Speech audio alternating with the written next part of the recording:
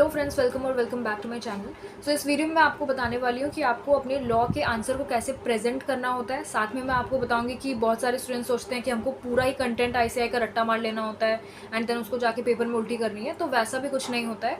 तो वो सारी चीज़ें मैं आपको बताने वाली हूँ, तो इस वीडियो को एंड तक देखना, ठीक है। एंड वीडियो को अभी लाइक कर दो, बिकॉज इस वीडियो को बनाने में बहुत मेहनत लगी है, बहुत रिसर्च करना पड़ा है एंड बहुत लोग की हेल्प भी लगी है। सो इसीलिए इस वीडियो को एंड तक देखना। देखो, मैं सबसे पहले तुमको बता रही हूँ कि एक मैं क्वेश्चन यहाँ पे दे रही हूँ, उसका आंसर भी है साथ में, ठीक है। जूम करके देख लेना बाद में कि इसको प्रेजेंट कैसे करना होता है, बिकॉज बहुत सारे को पता नहीं होता। वो लोग सोचते हैं कि हमको पूरा फैक्ट छापना होता है एंड उसके मार्क्स मिलते हैं। ब्रो, अगर तुम पूरा फैक्ट छाप के आओगे ना, तो उसके कारण तुम्हारे मार्क्स कट जाते हैं, बिकॉज ना आईसीआई को कोई ऐसा इंसान नहीं चाहिए। तुमको सबसे पहली बात, तुम खुद सोचो कि इंसान पूरा पूरा चीज़ लिख के आ रहा है, तब उसको मार्क्स नहीं मिलते। तो क्या तुमको फैक्ट लिखने के जो कि पूरा क्वेश्चन है उसको छाप दोगे तुम, तो तुमको मार्क्स मिल जाएंगे? क्यों मिलेंगे? ऐसा नहीं होता है। मैं खुद छाप छाप के आई थी अपने फाउंडेशन के टाइम में, बिकॉज मुझे भी नहीं पता था कि कैसे लिखना होता है, लेकिन अब पता है, इसलिए मैं आपके साथ शेयर करना चाहती हूँ। बिकॉज तुम लोग पर्सनली पूछते हो बार बार कि हमको कैसे लिखना है एंड एक एक इंसान को बताने से अच्छा वीडियो बना दूँ, ठीक है। तो स्क्रीन में देखो कि दो फ्रेंड हैं और फिर उनके लिए लिखा हुआ है कि they got registered a company in the name of Taxmann advisory private limited. Taxmann is a registered trademark, ठीक है, ये एक रजिस्टर्ड ट्रेडमार्क है। And after 5 years when the owner of trademark came to know about the same, it filed an application with the relevant authority. Can the company be compelled to change its name by the owner of trademark? Can the owner of registered trademark request the company and then company changes its name at its discretion? ठीक है, company को name change करना होगा कि नहीं करना होगा, ये सारी चीज़ें। क्वेश्चन पे मत जाओ, कैसे लिखना है मैं वो बता रही हूँ, वो डिस्कस कर रही हूँ तुम लोग के साथ में। तो सबसे पहले तुमको प्रोविजन लिखना है, ठीक है। रेलिवेंट प्रोविजन के जगह में तुम सिर्फ प्रोविजन लिख देना, ठीक है। प्रोविजन लिखना है, रेलिवेंट प्रोविजन भी लिख सकते हो, लेकिन तुम्हारे लिए केस के लिए बता रही हूँ, ये तो इंटर का मटेरियल है, लेकिन तुमको लिखना है प्रोविजन। एंड जैसे इसमें सेक्शन 16 लग रहा है, ठीक है, तो बहुत सारे लोग को पता ही नहीं होता है कि कीवर्ड्स क्या होता है वगैरह वगैरह। देखो फैकल्टीज़, तुम जिस भी फैकल्टी, फाउंडेशन के लिए बोल रही हूँ कि जिस भी फैकल्टी का तुम वीडियो देख लो, वो लोग तुमको क्या बोलेंगे? लर्न करो, रट्टा मारो, पूरा पूरा छाप दो। क्यों? क्योंकि उनको पता है कि तुम लोग को नहीं पता कि कीवर्ड्स क्या होते हैं। बहुत सारे स्टूडेंट्स को तो पता ही नहीं होता है कि कीवर्ड क्या होता है, तो वो लोग कुछ भी अंडरलाइन कर करके आते हैं, बिकॉज उनको पता है कि कीवर्ड को हमको अंडरलाइन करना हो तो उसमें मार्क्स मिल जाते हैं ऐसे करके। तो इसीलिए तुमको बता देती हूँ कीवर्ड भी क्या होते हैं, वो भी तुम कैसे आइडेंटिफाई करोगे। तो यहाँ पे देखो प्रोविजन लिखा है, फिर लिखा है कि according to section 16 of companies act 2013, if a company is registered by a name which, फिर क्लॉजेस तुम दे दोगे कि in the opinion of central government is identical with the name by which a company had been previously registered, it may direct the company to change its name, then the company shall by passing an ordinary resolution change its name within 3 months। ठीक है, first जो point है उसमें देखो कि सबसे पहले तुमको एक रेलिवेंट प्रोविजन लिखना है कि इस केस में कौन सा प्रोविजन अप्लाई होगा। तो तुमने लिख दिया सेक्शन 16 है, तो सेक्शन 16 मेन चीज़ है ना, तो वो तुम्हारे लिए कीवर्ड है, तो सेक्शन 16 लिखोगे, तुम अंडरलाइन करोगे। देन तुम अपना जो भी प्रोविजन का मटेरियल था वो लिखे। देन इस केस में क्या था, ऑर्डिनरी रेजोल्यूशन लेना था, तो ordinary resolution change its name with in 3 months के नीचे तुमने अंडरलाइन कर दिया, ये तुम्हारा पूरा कीवर्ड आ जाएगा। क्यों? क्योंकि इसके बिना तो तुम्हारा पूरा क्वेश्चन ही अधूरा है ना। मेन चीज़ है, जो भी तुम्हारा क्वेश्चन में पूछा गया उसका जो मेन कंटेंट होता है उसको कीवर्ड बोलते हैं। ऐसे शैल, विल, चेंज, वेंज, ये सारे के नीचे में नहीं कर दो, जो मेन चीज़ होता है। जैसे कि इसमें लिखा हुआ है कि 3 साल, तो 3 years लिखा हुआ है, 3 years of incorporation of registration of the company, it may direct the company to change its name, then the company shall change its name by passing an ordinary resolution within 3 months। Ordinary resolution हमको पास करना है, and कितने month में पास करना है? 3 महीने में पास करना है। तो ये इंपॉर्टेंट चीज़ें हैं, तो इसके नीचे आपको अंडरलाइन करना है। ये आपके कीवर्ड्स है, प्रोविजन के मार्क्स तब आपको मिलेंगे जब आप ये कीवर्ड्स लिखोगे। एंड कीवर्ड्स, सिर्फ कीवर्ड्स छापने के मार्क्स भी नहीं मिलेंगे, उसके साथ में अगल बगल भी आजू बाजू लिखना होगा चीज़ें। लेकिन ठीक है, रट्टा मारना क्या, कितना पोर्शन रट्टा मारना है वो भी बताती हूँ। देखो तो ये प्रोविजन ही चल रहा है कि company shall give notice to ROC, company को नोटिस देना होगा। नोटिस देना है, मेन चीज़ है। अब नोटिस किसको देना है? आरओसी को नोटिस देना है, तो ये भी मेन चीज़ है। तो मेन चीज़ के नीचे अंडरलाइन करोगे, ये तुम्हारा कीवर्ड आ गया, ठीक है। Along with the order of central government के ऑर्डर के साथ में, कितने दिन में? 15 दिन में, विद इन 15 days। तो विद इन 15 days के नीचे तुम अंडरलाइन कर दिए, तुम्हारा कीवर्ड है, ठीक है। और फिर इन केस ऑफ डिफ़ॉल्ट करोगे तो कंपनी ये सारा क्या चीज़ भी करेगा, पनिशेबल होगा। तो ये सारी चीज़ें आ गई है। देन देखो हम लोग क्या करते हैं, प्रोविजन लिखते हैं, देन हमारा क्या फाउंडेशन का मटेरियल हमारे दिमाग में है कि प्रोविजन के बाद में हमको फैक्ट ऑफ द केस लिखना है हेडिंग डाल के, and fact of the case में पूरा क्वेश्चन छाप देना है। मतलब कि हमको छापना था इस बेसिस पे हमको छापना था, Manglu and friends got registered a company in the name of Taxmann, पूरा छापना था हमको, सिर्फ वाई, ठीक है, वाई वॉट ये सारे छोड़ के हमको पूरा छापना, ये हमको सिखाया गया। लेकिन इसमें आपको मार्क्स नहीं मिलते। अभी मैं इसी वीडियो में, अभी नेक्स्ट पार्ट में मैं आपको वो भी एक एक आंसर शीट अटैच कर दूंगी, आप उसमें देख लेना। एक बंदे ने पूरा फैक्ट छापा था एंड उसको मार्क्स नहीं मिले थे, ठीक है। उसका प्रोविजन भी पूरा करेक्ट था, कंक्लूजन भी सही था, लेकिन उसने एक गलती क्या की कि उसने पूरा फैक्ट छाप दिया एंड उस कारण से उसके मार्क्स कट गए, ठीक है। अब सेकंड पार्ट जो है, प्रोविजन के बाद आपको फैक्ट लिखना है, तो फैक्ट आप लिख देना, मींस आपको फैक्ट नहीं लिखना है इसमें, ठीक है, फैक्ट छापना नहीं, आपको हेडिंग डालना है एनालिसिस एंड कंक्लूजन। तो एनालिसिस एंड कंक्लूजन में देखो लिखा है, इसमें तो हेडिंग नहीं लिखा, लेकिन आपको लिखना है एनालिसिस एंड कंक्लूजन लिखना है, एंड देन उसके अंदर लिखना है कि in the given case owner of registered trademark is filing objection after 5 years of registration of company with a wrong name, while it should have filed the same within 3 years, therefore the company cannot be compelled to change its name। आपको कहीं दिख रहा है क्या कि Manglu and friend got registered Taxmann advisory ये वो फलाना ढिमकाना नहीं लिखा है, ठीक है। आप लोग जो फैक्ट ऑफ द केस छाप के आते हो ना, उसके कारण से मैक्सिमम स्टूडेंट तो अटेम्प्ट भी नहीं कर पाते 100% पेपर, बिकॉज वो ये फैक्ट छापने में इतना टाइम लगा देते हैं। ये तो तब भी छोटा सा क्वेश्चन था, इतना पैरा का था। बहुत सारे क्वेश्चंस आपको केस स्टडीज इतने देते हैं, तो आपके पूरा केस स्टडी ऐसे छाप के आओगे, नहीं छापोगे मीन्स छापोगे भी तो मार्क्स नहीं मिलेगा एंड आप 100% अटेम्प्ट भी नहीं कर पाओगे पेपर, ठीक है। ये सारे इसके ड्रॉबैक्स हैं, तो मत करना, एंड प्रूफ भी दे दूंगी कि मैं सही बोल रही हूँ, ठीक है। तो इन द गिवन केस करके तुमने लिख दिया, साथ में देखो कंक्लूजन भी लिखा हुआ है कि as per section 13 company can any time change its name by passing a special resolution. Special resolution के बिना नहीं हो सकता, तो ये तुम्हारा कीवर्ड है, and taking approval of central government। Therefore, if owner of registered trademark requests the company for change of its name and the company accept the same, then it can change its name voluntarily by following the provision of section 13, ठीक है। Analysis and conclusion खत्म हो गया, समाप्त हो गया, and आपको ऐसे ही लिखना है। साथ में देख लो, यहाँ पे मैं एक आंसर शीट आपको अटैच कर दे रही हूँ, देख लो, इसमें सारे फैक्ट्स भी लिखे हुए हैं एंड पूरा फैक्ट लिखा हुआ है, इस कारण से इस बंदे को मार्क्स नहीं मिला है।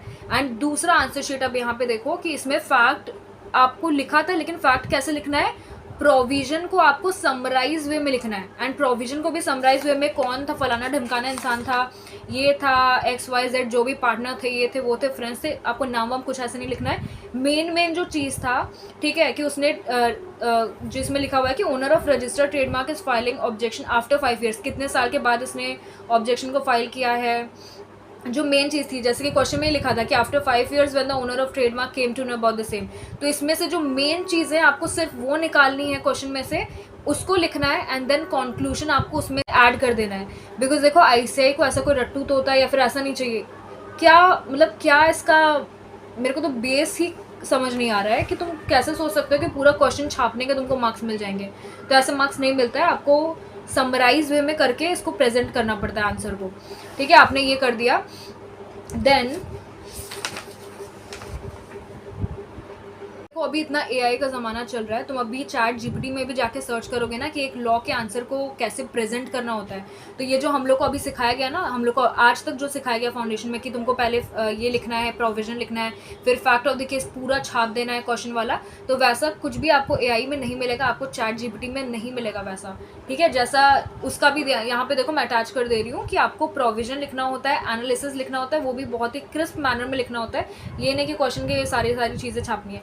आई थिंक कि आपको समझ आ गया होगा अभी तक, ठीक है। बहुत अच्छे तरीके से मैंने तो समझाने का पूरा ट्राई किया। अब दूसरी चीज़ ये है कि स्टूडेंट्स बोलते हैं कि हमको क्या पूरा ही मटेरियल रट्टा मारना है। देखो फैकल्टी आपको क्यों बोलते हैं, हम लोग जब इंटर में फाउंडेशन करके इंटर में आए ना, तो अब हमको इंटर में आके समझ आ रहा है कि फाउंडेशन के फैकल्टीज ऐसा बोलते क्यों है कि सारी चीज़ें रट्टा मारो, पूरा मटेरियल रट्टा मारो। बिकॉज सबसे पहली बात, मटेरियल इंपॉर्टेंट है, लोग दूसरे क्वेश्चन बैंक, दूसरे फैकल्टी के बुक्स, ये सारे चीज़ को रेफर करते हैं ना, ICAI मटेरियल को छोड़ देते हैं, तो इसलिए बोला जाता है कि ICAI मटेरियल को ज़्यादा ध्यान दो। एंड रट्टा मारो क्यों बोलते हैं, बिकॉज स्टूडेंट्स को जो भी क्लास 12 से पास करके आते हैं ना, मैक्सिमम स्टूडेंट्स के अटेम्प्ट लग जाते हैं। क्यों? क्योंकि उनको पता ही नहीं होता है कि आंसर को प्रेजेंट कैसे करना पड़ता है, कीवर्ड क्या होते हैं, क्या चीज़ इंपॉर्टेंट है, क्या चीज़ नहीं है।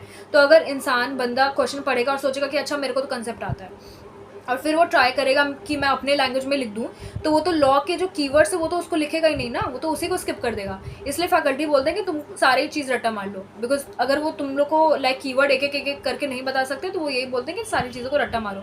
लेकिन रट्टा नहीं मारना होता है, इसका जो कीवर्ड है उसको तुम रट्टा मारो, ठीक है, कीवर्ड को रट्टा मारो। अब रट्टा को भी अभी कुछ लोग आएंगे कि तुम रट्टा क्यों बोल रही हो, आप रट्टा क्यों बोल रहे हो, तो रट्टा मतलब समझ लो कि समझो एंड देन तुमको उसको लर्न करना होगा, मेमोराइज रखना होगा, मेमोराइज करना होगा। तो तुमने सबसे पहले कीवर्ड्स को लर्न करना है। कीवर्ड्स के बाद में जितने भी कंटेंट बच गए हैं ना, उसमें से समझ लो कि 60 भी नहीं, उसमें से 70% पोर्शन तुमको लर्न करना है, ठीक है। इज, एम, आर, ये सारी चीज़ें तुम खुद से लिख सकते हो, यानी कि तुम एक वर्ड तुम ऐसे छाप रहे हो और तुम सोच रहे हो, बिकॉज हम लोग रोबोट नहीं है भाई, हम लोग इंसानी है, हम लोग को पूरा मटेरियल रट्टा नहीं लग सकता। बहुत सारे लोग ट्राई करते हैं कि हम पूरा बुक रट लें, तो ऐसे ना तुम क्या कर रहे हो बताऊँ, तुम लोग अपना लॉ में ही ज़्यादा टाइम वेस्ट कर रहे हो, बिकॉज तुमको और भी सब्जेक्ट्स को देखना होता है। लॉ ही तुमको पूरा पास नहीं करा देगा। लॉ में 100, एक तो 100 भी नहीं आएगा तुम्हारा, ठीक है, पूरा भी रट्टा मार लो कि 100 नहीं आने वाला। लॉ का टाइम उससे अच्छा कि लॉ का 70% पोर्शन को तुम रटो, कीवर्ड्स रटो एंड देन 70% पोर्शन को रटो। रटना भी कैसे है, बहुत सारे स्टूडेंट्स बोलते हैं, आज ही 2 लोगों ने पूछा है सुबह सुबह टेलीग्राम में कि दीदी हमको लर्न नहीं हो रहा है, लर्न कैसे करते हैं, हम तो लर्न कर करके भूल जा रहे हैं, कुछ भी चीज़ें कंसेप्ट याद है पर लर्न नहीं होता। क्योंकि तुम ट्राई करो कि 100% रटोगे, 100% नहीं रटना है। कोई भी चीज़ है, प्रोविजन को, ठीक है, प्रोविजन के कीवर्ड्स पहले रटो एंड देन प्रोविजन का देख लो, जो लॉ के लैंग्वेजेस होते हैं ना, लॉ के वर्ड्स, वो तो तुमको समझ आते हैं ना, इज, एम, आर को छोड़ के जो भी लॉ के वर्ड्स हैं, लॉ के वर्ड्स को तुमको लॉ वाला ही लिखना है, तुमको अपने लैंग्वेज में नहीं लिखना है। वो सारी चीज़ें लिखो एंड देन खुद से 30% पोर्शन थोड़ा इधर उधर कर सकते हो। उनको पूरा ऐसे रोबोट या रट्टू तोता नहीं चाहिए आईसीआई को, सीए को मतलब सीए बनाना है भाई, थोड़ी ना ऐसा कुछ बनाना है, खुद से सोचो तुम। तो 70% पोर्शन को बस रटो, जो जो मेन चीज़ इंपॉर्टेंट चीज़ें होती है उसको रटो। एंड वही प्रोविजन जो है, प्रोविजन आपको थोड़ा ध्यान देना होता है, डेफिनेशंस को ध्यान देना होता है, डेफिनेशंस को अच्छे से ही रटना होता है। डेफिनेशन में तुम अपने से कुछ भी खुद से ऐसे नहीं घुसा सकते हो। तो ये सारी चीज़ें हैं। एंड देखो, जिनको लर्न करने में दिक्कत है ना, तो तुम लोग को क्या करना है, सबसे पहले दिन का वो टाइम जिस टाइम तुम एकदम प्रोडक्टिव हो, भले ही तुमको लॉ से नफरत हो गई हो, लेकिन जिस टाइम तुम्हारा ब्रेन एक्टिव रहता है ना, तुमको उस टाइम लॉ को उठाना है एंड तुमको करना है। एंड लॉ का भी ऐसा नहीं है कि 3 घंटे का लेक्चर है और 3 घंटे का लेक्चर एक बार में देख लिया एंड देन हम लोग ऐसे बुक खोलें, ऐसे नहीं करना है। 3 घंटे का लेक्चर है, 1 घंटे का देखो या फिर मैक्सिमम 1.5 घंटे का लेक्चर देखो, समझ जाओ। जैसे कि समझ लो 1.5 घंटे का लेक्चर था एंड उन्होंने बुक का समझ लो कि 7 पेज को कवर किया है। 1.5 घंटे का तुमने लेक्चर देख लिया, अब 7 पेजेस को मॉड्यूल से रीड करो। अभी मे अटेम्प्ट वालों के लिए नहीं बोल रही हूँ रीड करो, बिकॉज तुम लोग ने पहले कर लिया होगा, लेकिन अभी बाकी के भी बहुत सारे स्टूडेंट्स हैं जो कि क्लास 12 के भी हैं और सीए वगैरह करना चाहते होते हैं, तो वो लोग भी डीएम करते हैं। तो तुम लोग के लिए बता रही हूँ एंड देन जो भी नेक्स्ट अटेम्प्ट वाले हैं उनके लिए बता रही हूँ कि तुम लोग जैसे 7 पेज भी है तो 7 पेज को रीड करो एंड देन नोट्स तुमने जो भी बनाए हैं, ठीक है, नोट्स बनवाएंगे, फैकल्टीज बनवाएंगे या फिर तुम लोग ने जो भी नोट्स बनाए हैं, देन उसको लर्न करो एंड 1 पेज को लर्न करो। एंड एक पैराग्राफ भी है, तो लोग क्या करते हैं, पूरा पैराग्राफ उठा के रटे। भाई कहाँ से, तुम क्या क्लास 12 नहीं पढ़े हो क्या? लाइक अगर क्लास 12 तुम्हारा क्लास 12 में अगर तुमने कॉमर्स भी लिया था, आई नो ज़्यादा रटने वाले सब्जेक्ट्स नहीं थे तुम्हारे पास में, लेकिन भाई क्लास 9-10 में तुमने एसएसटी, ज्योग्राफी, हिस्ट्री ये सारे लर्न नहीं किए क्या? कभी तुम लोग ऐसे अनपढ़ की तरह आ जाते हो, पूरा पैराग्राफ क्यों लर्न कर रहे हो? पूरा पैराग्राफ लर्निंग कभी भी करते हैं, पैराग्राफ को छोटे छोटे पार्ट्स में बांटते हैं। पैराग्राफ तुमको प्रोविजन पूरा ऐसे ही लिख के आना है, ठीक है, तुमको प्रोविजन में एक नहीं लिखना है एग्जाम में जाके, लेकिन लर्न करते टाइम में जो पूरा ऐसा पैराग्राफ दिख रहा है ना, तुमको ऐसे ऐसे ब्रैकेट बनाने हैं, सारे में ब्रैकेट बना के, समझ आ रहा है? ये पैराग्राफ है, ऐसे ऐसे ऐसे ऐसे ब्रैकेट बना के लर्न करो, और छोटा छोटा बना के उसको, तब लर्न होता है, ऐसे लर्न नहीं होता है। एंड देन उसको भी जब तुम लर्न कर रहे हो ना, तो तुम ऐसे बोलते बोलते ऐसे इधर उधर जा सकते हो। तो लर्न जब कर रहे हो तो कुछ जो कीवर्ड्स हैं, चीज़ें हैं इंपॉर्टेंट है, जब तुम्हारा लग रहा है तुमको कि मेरा दिमाग इधर उधर भटक रहा है, तो उन चीज़ों को लिखो। मेन कीवर्ड है, जैसे पब्लिक है, इशू, सर्टिफिकेट है, तो थोड़ा थोड़ा बीच में ऐसे जॉट डाउन करते रहो, तो तुम इधर रहोगे प्रेजेंट में, वरना चले जाओगे प्रेजेंट फ्यूचर में, पास्ट फ्यूचर में, ठीक है। तो ये सारी चीज़। देन जो भी मे अटेम्प्ट वाले इस वीडियो को देख रहे हैं, सीए फाउंडेशन मे 25 वाले इस वीडियो को देख रहे हैं, तो तुमको मैं बता दूं कि बहुत सारे लोग ये एक एक चीज़ें पूछते हैं ना कि डाउट है हमारा, अभी भी ये चीज़ डाउट है, हमको समझ नहीं आ रहा है, काउंसलिंग चाहिए, ये सारी चाहिए, तो तुम लोग का मैं मेंटरशिप फ्री में कर रही हूँ, ठीक है। हर रोज़ मैं 2 से लेके 2:15 ऐसे अपने दिन का 10-15 मिनट निकाल रही हूँ, ताकि तुम लोग के जो भी फाउंडेशन स्टूडेंट जो भी May 25 देने वाले हैं, तो उनको कोई भी तरह का डाउट है कि समझ नहीं आ रहा है या फिर स्किप करने सोच रहे हैं, टेंशन है, थोड़ा इधर उधर का दिमाग इनका जा रहा है, तो तुम लोग मेरे से पर्सनली लाइक कॉन्टैक्ट कर सकते हो। अब टेक्स्ट मत करना। परसों मैंने वीडियो बनाया था, तुम लोग 150 लोग, भाई मैं ऐसे डीएम खोल रही, मैं सोची इतने सारे लोग, मैं क्या सेलिब्रिटी हो गया? दीदी कितना घंटा पढ़ना है, दीदी टेंशन हो रहा है, दीदी लॉ का ये चैप्टर स्किप कर दो, दीदी कॉन्ट्रैक्ट एक्ट को स्किप कर दूँ क्या, और दी ये वो अरे भाई दी पागल हो जाएगी, इतना सारा मैसेज कहाँ से दीदी? ऊपर से तुम लोग पैराग्राफ लिखते हो, तुम लोग क्या सोच रहे हो सिर्फ तुम ही हो इस दुनिया में, ठीक है? तुम्हारे ही मैसेज मैं देखूंगी और फिर इतना बड़ा पैराग्राफ में बैठ के पढ़ूंगी। तो तुम लोग के लिए मैंने बोला था कि तुम लोग का मेंटरशिप मैं फ्री में करूंगी भाई, पर ऐसे एक एक लोग डीएम मत करो मेरे को। तुम लोग क्या कर सकते हो कि तुम लोग 2 बजे ज्वाइन करना, ठीक है? दोपहर का 2 बजे या 2 से लेके 2:15 तक रहता है। मेंटरशिप मैं प्रोवाइड करूँगी, फ्री है, इसमें मेरा दिमाग मत खाना कि ये करके, तो वो फ्री है। अगर 2 बजे नहीं हुआ सेशन, ठीक है, गूगल मीट का लिंक भेजूंगी मैं, मेन ग्रुप में भेजूंगी। ये भी तुम लोग दिमाग खाते हो कि मेन ग्रुप में कहाँ पे आएगा? मेन ग्रुप में आएगा लिंक, ठीक है? मेन ग्रुप में आएगा, जो सी एस्पिरेंट्स मेन ग्रुप है उसमें आएगा लिंक। एंड देन दूसरा चीज़ है, अगर 2 बजे मैं अगर कोई दिन कॉलेज जाना हुआ या फिर कुछ भी है, नहीं हुआ 2 बजे कंडक्ट वो सेशन, तो रात को 8 बजे हो जाएगा, ठीक है? शाम को 8 बजे हो जाएगा, तो चिंता विंता का बात नहीं है। एंड प्लीज़ डीएम मत करना एक एक क्वेश्चन, बिकॉज मैं क्वेश्चन का आंसर नहीं दे सकती पर्सनली, ठीक है? ये चीज़ हो गया। साथ में बहुत सारे लोग चाहते हैं कि मैं उनको डिटेल्ड प्लानिंग, लाइक अप्रैल का पूरा मंथ का एक एक दिन का, कि बेटा इस दिन आपको ये पढ़ना है, दूसरे दिन आपको ये पढ़ना है। एंड वो लोग चाहते हैं कि मैं उनको पूरा टारगेट उनके हिसाब से बना के दूँ, लाइक उनके हिसाब से क्या टारगेट बना के दूँ अप्रैल का, ताकि वो लोग मई में पास हो जाए। बिकॉज वो लोग जो भी अपना प्लानिंग करते हैं, प्लॉटिंग करते हैं कि आज मेरे को ये पढ़ना है, आज मेरे को लॉ का करना है, एंड देन लॉ करते करते बोर हो जाते हैं, लॉ से अकाउंट्स में चले जाते हैं, एंड देन उनको लग रहा है कि मेरा तो लॉ हो ही नहीं रहा है, या फिर मेरा इकोनॉमिक्स हो ही नहीं रहा है, मैथ्स हो ही नहीं रहा है, तो उनको टेंशन है, वो लोग पढ़ाई नहीं कर रहे, इधर उधर दिमाग घुमा रहे हैं। तो उन लोग के लिए बोल रही हूँ कि तुम लोग को अगर ऐसा डिटेल्ड एक एक दिन का टारगेट वाइज चाहिए, तो फिर उसके लिए भाई प्राइस लगेगा तुमको, सामने ही बोल रही हूँ। बिकॉज मैंने पिछले वीडियो में बोला था कि मैं कोई भी लाइक प्राइस आप लोग से कुछ नहीं लूँगी, मेंटरशिप फ्री, एंड वो मेंटरशिप सही में फ्री है, लेकिन जो आपको चाहिए ना डिटेल्ड प्लानिंग, तो वो फ्री नहीं रहेगा। अगर आपको तब भी चाहिए तो आप मुझे डीएम कर सकते हो, मैं आपको डिटेल प्लानिंग बना के दे सकती हूँ। लाइक अप्रैल मंथ का आपको पूरा मेंटरशिप मैं कर दूँगी, डिटेल प्लानिंग, देन चेकिंग आप लाइक आप पढ़ रहे हो कि नहीं पढ़ रहे हो, साथ में 9-10 घंटे के मैं खुद से देखूंगी कि आप 9-10 घंटे मेरे सामने पढ़ो गूगल मीट पे, ठीक है? जो भी वर्चुअल लाइब्रेरी है उसका मैं आपको फ्री एक्सेस प्रोवाइड कर दूंगी ये वाला अप्रैल मंथ के लिए, एंड मई का जब तक आपको एग्जाम चल रहा है तब तक के लिए। तो आप उसमें ज्वाइन करके मेरे सामने 9-10 घंटे पढ़ रहे हो कि नहीं पढ़ रहे हो, साथ में आपके डेली वाइज टारगेट अचीव हो रहे हैं कि नहीं हो रहे हैं, एंड कितने हो रहे हैं कितने नहीं हो रहे हैं, तो वो सारी चीज़ें मैं खुद पर्सनली देख लूँगी। लेकिन ये लिमिटेड स्टूडेंट्स के लिए, सारे स्टूडेंट्स के लिए नहीं है, बिकॉज बहुत सारे स्टूडेंट को मैं नहीं देख सकती हूँ।